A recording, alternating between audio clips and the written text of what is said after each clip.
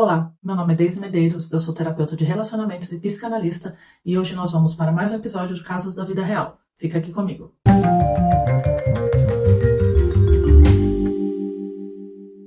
Antes de começar o vídeo, eu quero pedir para você se inscrever no canal, ativar o sininho, curte este vídeo para que possa chegar para mais pessoas e compartilhe também se você conhecer alguém que esteja passando por isso e precisa ouvir essa história, que você encaminhe para essas pessoas também. Bom, vamos lá. Eu vou ficar um pouco de lado porque acaba que o reflexo do computador bate na lente do meu óculos, né? E fica um pouco ruim para vocês, principalmente. Olha só, fica azul, tá vendo? Bom, vamos lá. A história hoje, o codinome, eu coloquei Ana, eu acho que eu já usei esse nome, mas, enfim, não é o nome real da pessoa e tá bem interessante essa história porque, infelizmente, isso é muito comum nos relacionamentos. É muito comum ouvir esse tipo de situação de relacionamento. Então, vamos ver o que nós podemos aprender com isso hoje. Oi, Deise, tudo bem? Eu realmente estou precisando de ajuda para identificar algumas coisas. Eu estava na sua live que falou sobre luta emocional. Tudo aquilo que eu vi foi de encontro com o que eu estou sentindo e vivendo. Não terminei ainda meu relacionamento, mas me sinto morta, desanimada, sem forças e energia para continuar. O meu casamento tem me consumido e eu não consigo mais fazer nada. Eu sou casada há 10 anos e não temos filhos. Este era um sonho da gente, mas descobrimos que ele não pode ter filho. Isso foi muito difícil na época, principalmente para ele. Falamos na época que podíamos adotar, falei para ele na época que podíamos adotar e pensar uma outra forma para construir nossa família, mas ele sempre resistiu à ideia. Hoje eu vejo que isso foi um livramento na minha vida, porque o nosso casamento foi ficando cada vez mais difícil. A gente se conheceu no fim do ano, numa viagem que fizemos. Ficamos, nos gostamos e logo começamos a namorar. Somos de estados diferentes, então nosso início foi à distância e um pouco difícil. Por este motivo, com 9 meses, eu resolvi ir embora para a cidade dele e começarmos nossa vida. Meus pais acharam uma loucura grande, mas eu não me importei. Afinal, estava na hora de eu viver minha vida e minha história. Agora era hora de eu viver meu feliz para sempre. No começo foi tudo muito bom, a gente teve problemas, claro, mas a gente conversava e se ajeitava. Quando eu falava de algo que me chateava, ele pedia desculpas e tentava não fazer de novo. Era muito carinhoso, eu tentava fazer a mesma coisa. Com o tempo as coisas foram mudando, ele já não me dava atenção, ficava no celular o tempo todo, estava sempre cansado. A única coisa que queria toda noite era relação. Eu não tinha o que eu queria e precisava. Eu não tinha atenção e presença, então ele não tinha relação. Então vinham os problemas de convivência, família, dinheiro, cada hora era um problema e tudo isso nos afastava e tudo ficava mais difícil. Eu lembro que os problemas que tínhamos em casa, ele falava na mesa de onde estivesse, família ou amigos, era hora de falar do descontentamento. Eu falava que não gostava daquele comportamento, ele dizia que não ia fazer mais, pedia desculpas e depois estava lá de novo fazendo isso. Falava para as pessoas que mal tinha sexo, falava que eu não fazia isso ou aquilo, era horrível. Os amigos riam, alguns faziam isso também, mas eu realmente me constrangia muito. Depois as brigas foram aumentando. Ele bebia e ficava como todo bêbado, extremamente inconveniente. Se eu falasse alguma coisa, daí ele ficava pior. Eu explodia e muitas vezes o ofendia, dizendo o quanto ele era imaturo e infantil.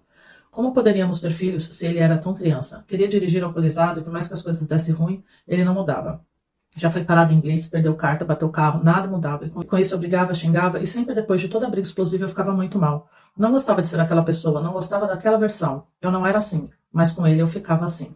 Depois de um tempo eu descobri uma traição com uma moça do trabalho. Uma amiga da menina filmou e me mandou. Acho que foi armado da garota, porque não faz sentido a amiga da menina me enviar isso. E o meu mundo caiu. Esperei ele chegar em casa e mostrei para ele. Mesmo ele vendo, ele tentava negar. Dizia que era antigo, que era antes da gente, e era tão sem sentido, porque ele estava daquele jeito, com aquela aparência, corte de cabelo, peso, tudo. Era recente, até a roupa eu conhecia. Foi quando ele percebeu que não adiantava mais desmentir. Pediu desculpas, disse que não devia ter feito isso comigo e até chorou. Disse que mentiu porque não queria me perder, e falou que só fazia isso porque não tinha em casa o que precisava. Ele falou com jeito e não jogando na cara. Disse que precisava de sexo mais vezes e de jeitos diferentes, e que como era, cansava. Conversamos e também coloquei o que eu precisava e decidimos fazer diferente. Foi difícil porque se um dia eu falasse que não, ele já logo dizia que depois eu levava chifre e achava ruim. Ele não cumpria com a parte dele, continuava no celular todos os dias, não me dava atenção, nem priorizava, mas se eu negasse era ameaçada. Até que chegou uma hora que eu fiquei tão insegura que me transformei numa louca.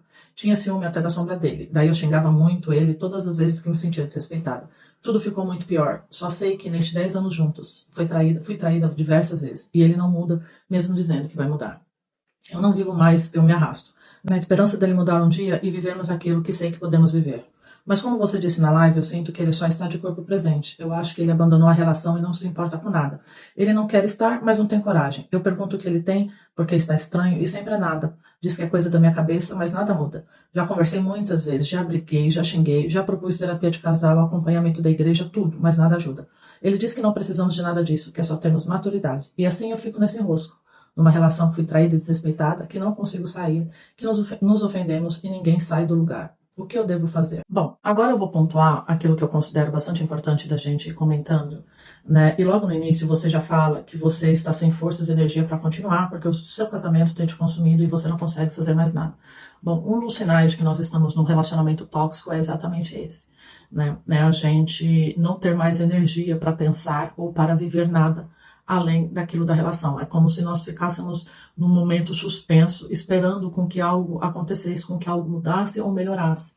E nesse meio tempo a gente não consegue evoluir, a gente não consegue mais viver de forma que traga uma evolução, uma plenitude, enfim, com que você se sinta viva, né? Ao contrário, é como se você sempre esperasse a próxima que vai chegar. Obviamente que todo casamento, todo relacionamento, ele é desafiador. Então não significa que ter os problemas é um problema. Mas a forma com que as coisas são conduzidas, o tipo de problema, a postura das pessoas dentro desses desafios que tem todo casamento, isso sim que é o problema, né? Que é aquilo que vai trazendo o desgaste para a relação.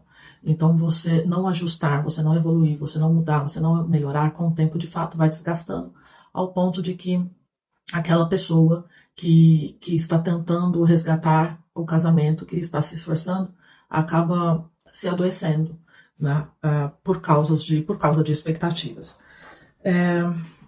Lá depois, no final, no meio do texto, você fala que você se mudou para lá com 9 meses, né, de relacionamento, que os seus pais não gostaram, mas que você foi mesmo assim, afinal de contas, agora era a hora de eu viver o meu feliz para sempre. Gente, olha só. Essa expectativa de que você vai se casar para ser feliz porque você encontrou a sua metade, isso é bastante ultrapassado. A gente tinha essa fala, né, num período da vida, do mundo, que as pessoas não tinham acesso à informação. Hoje nós temos. Hoje nós entendemos muito mais as relações, os sentimentos do que antigamente, quando a gente não tinha acesso a essas informações. Então, assim, você casar achando que você vai ser feliz, que você não vai ter problema, ou que vai ser fácil, o que você vai ser feliz para sempre, o que você encontrou a sua metade, isso é, isso é irresponsável, isso é imaturo, porque isso não é real. Não existe você ser feliz para sempre. Isso daí a gente assistia nos filmes da Disney daquela época, antigamente, né? Porque os atuais nem funcionam mais dessa forma. Então, o relacionamento, o casamento, ele é muito desafiador. Por isso que é para pessoas maduras, né? E muitas vezes, numa relação, você coloca mais ali para frente, que daqui a pouco eu entro mais profundamente nisso, que você fala que você não é dessa forma, mas você se tornou dessa forma neste relacionamento, e isso também é algo muito complicado, porque você vive um relacionamento tóxico e que tira de você a sua pior versão. Então, quando você vê, você não está se reconhecendo mais naquelas atitudes, porque aquele não é o seu perfil, você não é esse tipo de pessoa. Então, o casamento ele é um lugar onde existem duas pessoas que vão se esforçar para conviver, né, para fazer com que o outro fique bem, para crescer, né, para que os dois possam crescer, né, não somente uma pessoa. Então, por isso que nós temos que estar no momento muito preparado, né, porque o casamento ele não é fácil, ele é rotina, né, ali abaixo também, quando você traz a questão do sexo e tudo mais, ele vira uma rotina, e se as pessoas não estiverem preparadas para viver o casamento como de fato ele é, sem essa ilusão do mundo encantado, ele não dura, fica todo mundo se pegando, um puxando para o lado, outro puxando para o outro, até que rasguem, até que arrebenta. Ninguém vive o felizes para sempre, ninguém vive. Existem casais que agulham no palheiro, que se identificam, que têm facilidade, mas isso é uma minoria, o trabalho ele é árduo, ele é bastante árduo, ele não tem nada de feliz para sempre, gente. Não vivam esperando isso de relacionamento, porque você vai se frustrar e vai pular de relacionamento em relacionamento. Depois lá embaixo você disse, eu não tinha o que eu queria e precisava, eu não tinha atenção e presença, então ele não tinha sexo. Ou seja, aqui entra mais um padrão de comportamento imaturo. Ou seja, aqui vira uma guerra, né, uma briga de ego, uma briga egoísta, de eu não tenho o que eu quero, eu não te dou, você não tem o que eu quero, eu também não te dou. E, ou seja, mais uma vez a imaturidade, uma imaturidade absurda, né? Eu também entendo que, por exemplo, se a pessoa não é uma pessoa legal e tudo mais, você cansa também de fazer pelo outro, de nunca o outro fazer por você. Mas só para que você perceba o quanto que muitas das vezes nós vamos nos rebaixando para continuar uma relação. A gente sabe que é imaturo, a gente sabe que não é assim que deve funcionar, mas ainda assim a gente prefere estar nesse relacionamento tentando fazer dar certo do que sair desse relacionamento. Outro comportamento bastante comum e visto muitas vezes como algo ah, que não há problema algum, né? O que você coloca aqui, que vocês, que quando vocês, que ele tinha o hábito de falar de você e da intimidade onde estivesse. Né? Eu sei que isso é bastante comum também, as pessoas fazem, tem muita gente que faz isso, só que isso é extremamente desconfortável e, mais uma vez, imaturo, porque problemas a gente resolve dentro de casa. Né? Problemas de casal, problemas que você vem enfrentando, a gente resolve dentro de casa, a gente não deve nunca expor o nosso cônjuge, né? Só que às vezes o casamento ele entra no nível de tanta dor, né? De tanta ferida, que isso passa a ser algo comum e muitas vezes você nem percebe. Quando você vê, você já está fazendo. A questão aqui é que você fala que você falou para ele que isso te incomodava, ele tomou conhecimento, pediu desculpas e depois fazia de novo. Isso é um tipo de abuso emocional. Quando você toma ciência de que aquilo faz mal para o outro e ainda assim você continua sem se importar com a pessoa, é um tipo de abuso, né? Porque você está expondo, você está machucando e você está ciente de que você está machucando. E ainda assim você não se importa. Você continua agindo daquela forma. E tudo isso aqui tem um porquê, o porquê que você aceita toda essa situação. Depois você fala que ele dirigia, bebia e extrapolava, e que você acabava brigando, sendo explosiva, que você não gostava de ser aquela pessoa e aquela versão. Você não era daquele jeito, mas com ele você ficava assim. Porque, de fato, muitas vezes, quando nós estamos numa relação errada, para a gente se torna também tóxico, né? A gente fala muito do outro, mas a gente também se torna uma pessoa que fere, uma pessoa que machuca, e por mais que você fale, mas eu tenho motivo, ele me dá motivos, não, a gente não tem motivos para fazer isso, porque ao invés de fazer isso, a gente pode escolher sair, inclusive, é muito mais maduro, né, a gente escolher sair do que ficar machucando o outro. Então, muitas vezes a gente fala, eu sofro abuso, ou ele é tóxico, e a gente também é, porque todo mundo fica tóxico. Quando a pessoa bate lá, você bate aqui. Quando a pessoa xinga lá, você xinga aqui, você está sendo tão tóxica quanto ela. Entende? Então, eu não estou dizendo que a responsabilidade seja a mesma, né? Porque se o outro, o causador, o outro que está ali fazendo, o outro que está ali provocando, o outro que está ali, mais à frente você fala que ele te traiu. É lógico que você não vai devolver isso de forma madura e equilibrada, né? Mas permanecer na relação xingando, ofendendo, diminuindo, também é tóxico. Só que o porquê que nós não queremos sair deste lugar? Mais um padrão aqui de comportamento, que aí você fala ali abaixo que ele te traiu, né? Você te descobriu, ele tentou negar, depois ele viu que não tinha por onde fugir, e que daí ele falou para você que pediu desculpa, perdão, chorou, e cuidadosamente falou, mas é porque também eu não tenho sexo, né? Então, assim, por isso que eu faço isso. Isso é um tipo de abuso, porque também não é esse o motivo.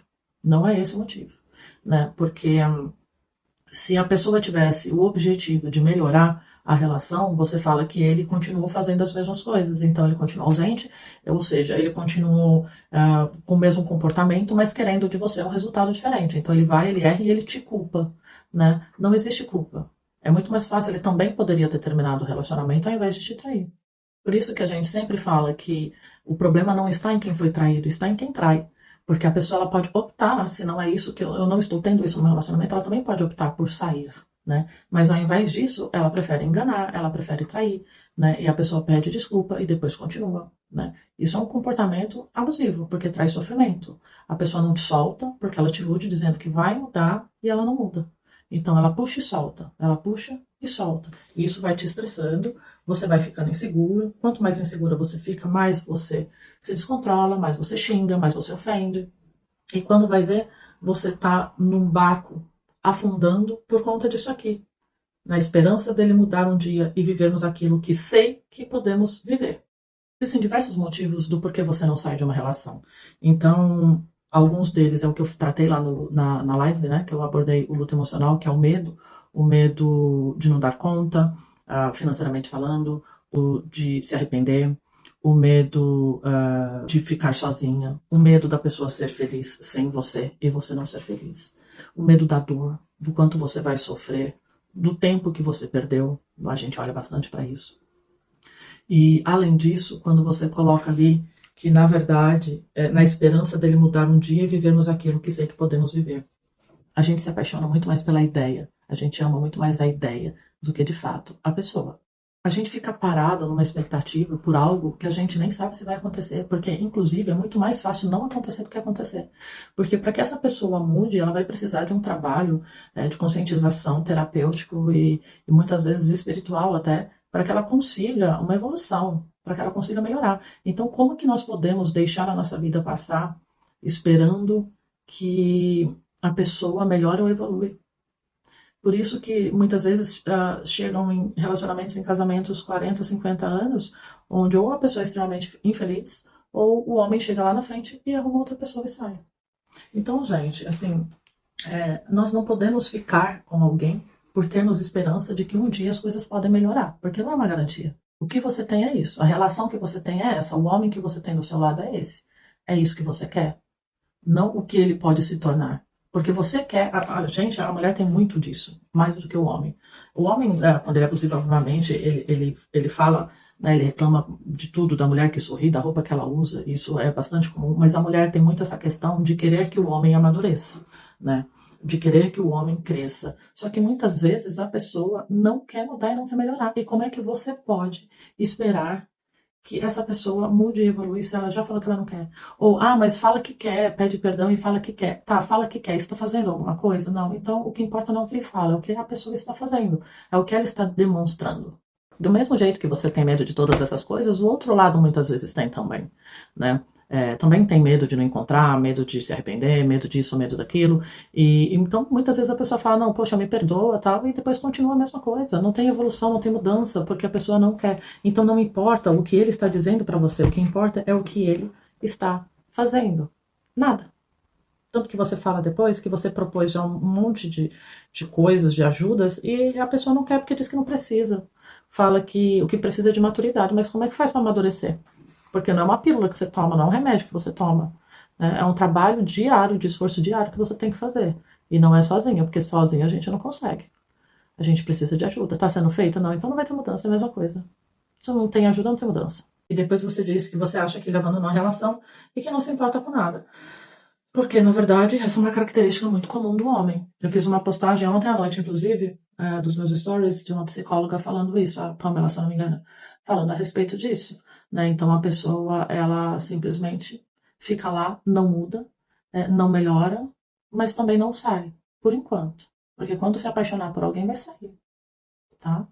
Vai sair, vai viver a vida e depois vai no outro lugar reproduzir as mesmas coisas que aconteceu com você, sem tirar e nem pôr. E aí vai continuar culpando também a outra pessoa, a outra relação, entende? É um ciclo que não para.